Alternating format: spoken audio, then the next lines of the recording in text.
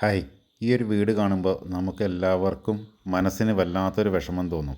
ഈ ഒരു വീട് 3-4 ദിവസം മുൻപുണ്ടായ മഴയുടെ സമയത്ത് മലപ്പുറം ജില്ലയിൽ നടന്നൊരു അപകടമാണ്. അപകട കാരണം പല മീഡിയകളും പല രീതിയിൽ പറയുന്നുണ്ടെങ്കിലും എനിക്ക് തോന്നിയ കാര്യങ്ങൾ പറയാമെന്ന് വിചാരിച്ചിട്ടാണ് എൻ്റെ വീഡിയോയിൽ ഇതിൽ ഉൾപ്പെടുത്തിയത്. ചെങ്കല്ലിലെ വീട് നിർമ്മാണം മോശമാണെന്ന് ഒരിക്കലും പറയാൻ പറ്റില്ല. കാരണം പണ്ട് മുതലേ നമ്മുടെ നാട്ടിൽ ചെങ്കല്ലുകൾ ഉപയോഗിച്ചിട്ടാട്ടോ വീടുകൾ നിർമ്മിക്കുന്നത്. ഞാനും എൻ്റെ മുൻകാലങ്ങളിൽ ചെങ്കല്ല് ഉപയോഗിച്ചിട്ട് തന്നെയാണ് വീടുകൾ നിർമ്മിച്ചിരുന്നത്. എൻ്റെ ഇപ്പോൾ താമസിക്കുന്ന വീടും ചെങ്കല്ലിൽ തന്നെയാണ് നിർമ്മിച്ചിരിക്കുന്നത്. പക്ഷേ ഈ വീടിന് ഇങ്ങനെ സംഭവിക്കാനുള്ള മെയിൻ കാരണവും ഈ ചെങ്കല്ല് തന്നെയാണ് കേട്ടോ. ഈ ചെങ്കല്ലിൻ്റെ ക്വാളിറ്റി ഇല്ലായ്മയാണ് 3-4 ദിവസം കഠിനമായ മഴ പെയ്തപ്പോൾ ആ കല്ല് അലിഞ്ഞു പോയത്. ഇതിങ്ങനെ സംഭവിക്കാൻ 2 കാരണങ്ങളാണുള്ളത്. ഒന്നുകിൽ കോൺട്രാക്ടർ കല്ലിൻ്റെ പൈസ ലാഭിച്ചത്, അല്ലാന്നുണ്ടെങ്കിൽ ക്ലയൻറ്റ് കല്ലിൻ്റെ പൈസ ലാഭിച്ചത്. അല്ലെങ്കിൽ ഈ 2 പേരെയും ആ കല്ല് കൊടുത്ത ആൾ ചതിച്ചതാവും. കാരണം ഇത്രയും വിലക്കുറവുള്ള കല്ല് കൊണ്ട് ഇതുപോലെ 2 നില വീട് ഒരിക്കലും പണിയരുത്. ഇനി അവർ 3 പേര് ചതിക്കപ്പെട്ടാലും ഒരു എക്സ്പീരിയൻസ്ഡ് വർക്കർ ഒരിക്കലും ആ കല്ല് പഠിക്കുന്ന സമയത്ത് ആ ക്ലയൻറ്റിനെയോ അല്ലെങ്കിൽ കോൺട്രാക്ടറെയോ അറിയിക്കണമായിരുന്നു ഈ കല്ല് വിലക്കുറവുള്ള കല്ലാണെന്ന്. നല്ലൊരു കെട്ടുപണിക്കാരന് അതുപോലുള്ള കല്ലുകളൊക്കെ സൈറ്റിൽ വന്നാൽ അത് തിരിച്ചറിയാൻ പറ്റുട്ടോ. ആ ഒരു കാരണം അതുകൊണ്ടാണ് നമ്മുടെ നാട്ടിലുള്ള ബാക്കിയുള്ള കല്ല് കൊണ്ട് പണിത വീടുകളൊക്കെ ഇപ്പോഴും നല്ല സൂപ്പറായി നിലനിൽക്കുന്നത്. ഞങ്ങളുടെ ഇപ്പോഴത്തെ ഒരു വർക്കിംഗ് എക്സ്പീരിയൻസ് വെച്ച് നോക്കുന്ന സമയത്ത് നമ്മളെ വിളിക്കുന്ന ആളുകളെല്ലാം ഈ 2 രീതിയിലുള്ള കമ്പാരിസമാണ് ചെയ്യാറ്. അതായത് കോൺക്രീറ്റ് രീതിയിൽ ചെയ്യുമ്പോഴും കല്ലിൽ ചെയ്യുമ്പോൾ അവർക്ക് കിട്ടുന്ന ബെനിഫിറ്റ്സിനെ കുറിച്ചിട്ടാണ് ചോദിക്കാറ്.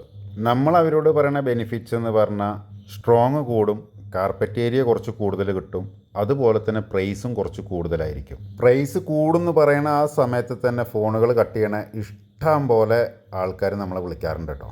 അതിൻ്റെ മെയിൻ കാരണമാണ് കല്ലിൽ വീടുകൾ ചെയ്യണ സമയത്ത് പ്രൈസ് കമ്മിയായിരിക്കും എന്നുള്ളത്. പ്രൈസ് കുറച്ച് ഇതുപോലെ കല്ലിൽ ചെയ്യണം എന്നുള്ള ആളുകൾ ശ്രദ്ധിക്കേണ്ട കാര്യങ്ങൾ എന്താണെന്ന് വെച്ചാൽ, നിങ്ങൾ ഇതുപോലെ 2 നില വലിയ വീടുകളാണ് പണിയാൻ ഉദ്ദേശിക്കുന്നതെങ്കിൽ നിർബന്ധമായും പില്ലറുകൾ കൊടുത്ത് പണിയാൻ ശ്രമിക്കണം കേട്ടോ. എന്നാൽ ഇതുപോലെ വലിയൊരു ദുരന്തം നിങ്ങൾക്ക് ഒഴിവാക്കാം. അതല്ല നിങ്ങളൊരു 1000 സ്ക്വയർ ഫീറ്റിൽ ഒരു ചെറിയ വീടാണ് പണിയാൻ ഉദ്ദേശിക്കുന്നതെങ്കിൽ മിനിമം ആ വീടിനുള്ള കല്ല് മേടിക്കുമ്പോഴേലും നിങ്ങൾ പൈസയുടെ കാര്യം നോക്കാണ്ട് ഫസ്റ്റ് ക്വാളിറ്റി കല്ല് മാത്രം മേടിച്ചിട്ട് വീട് പണിയുക. ഞങ്ങളെ ഒരു ദിവസം മിനിമം 10 പേരെങ്കിലും വിളിക്കാറുണ്ട് ചെയ്ത വീടിൻ്റെ മുകളിൽ അപ്സ്റ്റെയർ പണിത് തരുമോ ചോദിച്ചിട്ട്. അതിൻ്റെ മെയിൻ കാരണം നമ്മൾ വർക്കിൻ്റെ സ്പീഡ്, അതുപോലെ തന്നെ ഈ സ്പേസ് കാര്യങ്ങളൊക്കെ ആലോചിച്ചിട്ടാണ് അവർ നമ്മളെ കോൺടാക്റ്റ് ചെയ്യണത്. പക്ഷേ ഈ ഒരു ഭയം എനിക്കുള്ളത് കൊണ്ടാണ് അപ്സ്റ്റെയർ ചെയ്യാൻ വിളിക്കുമ്പോൾ നമ്മൾ അപ്സ്റ്റെയർ മാത്രമായി ചെയ്ത് കൊടുക്കുന്നില്ല എന്ന് പറയണത് കേട്ടോ.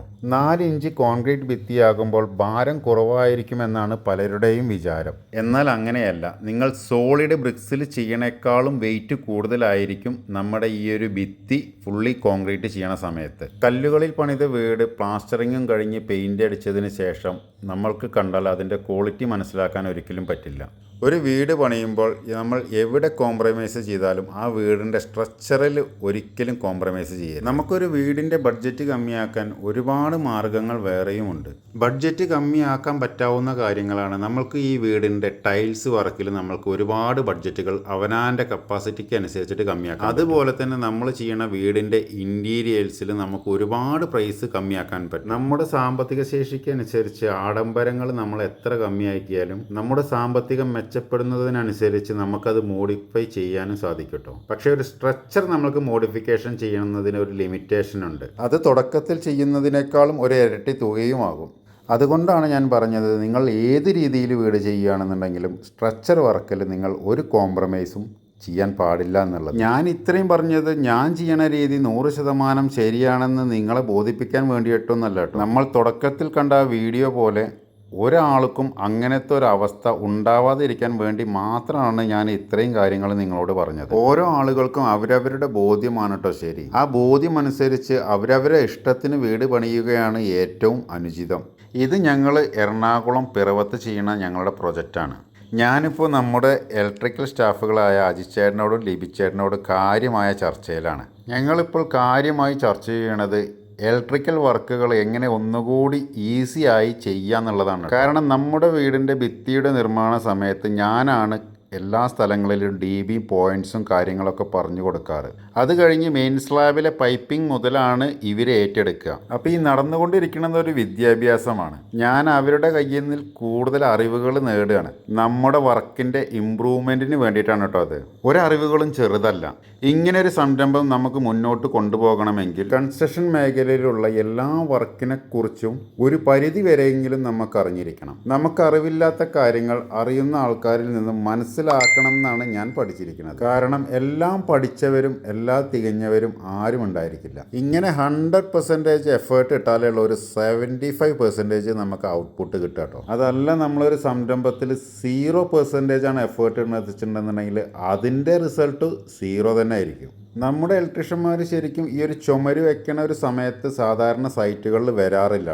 ഇപ്പോൾ അവർ വന്നിരിക്കുന്നതും ഈ ഒരു പ്രൊജക്റ്റിന് വേണ്ടിയിട്ടല്ല, ഇപ്പം നിങ്ങൾ ഈ കാണുന്ന ഈ ഒരു വീടിന് വേണ്ടിയിട്ടാണ്. ഇതിപ്പോൾ നമ്മൾ വീട് വെച്ച് കൊടുക്കുന്ന ജിജുചേട്ടൻ്റെ തൊഴുത്തായിരുന്നു കേട്ടോ. അപ്പോൾ ഈ ജിജുചേട്ടൻ തന്നെ പല സമയത്തും നമ്മുടെ ഗ്രൂപ്പിൽ മെസ്സേജ് അയക്കുമ്പോൾ ഞാൻ തന്നെ ആകെ കൺഫ്യൂസായി പോകാറുണ്ട്. കാരണം ആൾ തൊഴുത്ത് എന്ന് പറയുമ്പോൾ എൻ്റെ ഒരു ഇതിൽ അവിടെ തൊഴുത്ത് എന്ന് പറഞ്ഞൊരു സാധനമല്ല. കാരണം എനിക്കിതൊരു വീടാണ്. ജിജുചേട്ടൻ ഞങ്ങൾക്ക് പെട്ടെന്ന് മനസ്സിലാവാൻ വേണ്ടിയിട്ടാണ് തൊഴുത്തിൻ്റെ വർക്കിനെ കുറിച്ചിട്ട് സംസാരിക്കാറ്. ഇതിപ്പോൾ പണ്ട് തൊഴുത്തായിരുന്നു, ഇപ്പോൾ നമ്മളിത് നല്ല ഒരു ചെറിയ ഒരു 1 ബെഡ്റൂം വീടാക്കി മാറ്റിയിട്ടുണ്ട്.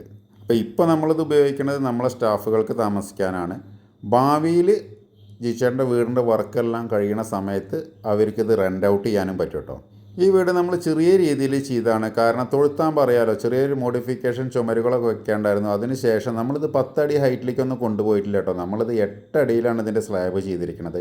അതുകൊണ്ടാണ് ഈ ഫാനെല്ലാം വാൾ ഫാനാക്കി മാറ്റിയത്. കാരണം അത്രേ അതിൻ്റെ ആവശ്യം വരുന്നുള്ളൂ. ചെറിയൊരു വീട് ഞാൻ നേരത്തെ പറഞ്ഞില്ലേ, അതുകൊണ്ടാണ് കേട്ടോ ഇതിൻ്റെ ഇലക്ട്രിക്കൽ പൈപ്പിംഗ് ഒക്കെ നിങ്ങൾ പുറത്തു കൂടി കാണുന്നത്. പിന്നെ മുന്നേ പറഞ്ഞ മാതിരി ഈ വീടിൻ്റെ ഡോർ ഫ്രെയിമും അതുപോലെ തന്നെ വിൻഡോസ് എല്ലാം മരത്തിലാണ് ചെയ്യണത്.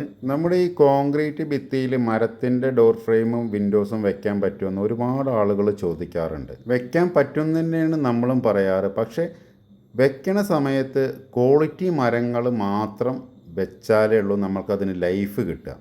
അതെന്താണ് അങ്ങനെ പറയണമെന്ന് വെച്ച് കഴിഞ്ഞാൽ, നമ്മൾക്ക് ഒരു റീപ്ലേസ്മെൻറ്റ് വളരെ ഈസി ആയിരിക്കില്ല. കോൺക്രീറ്റ് ഭിത്തിയിൽ നിന്നും ഇത് അടർത്തി മാറ്റി പുതിയതൊരെണ്ണം വെക്കണമെന്ന് പറയുന്ന സമയത്ത് ഒരുപാട് റിസ്ക് ആയിരിക്കും.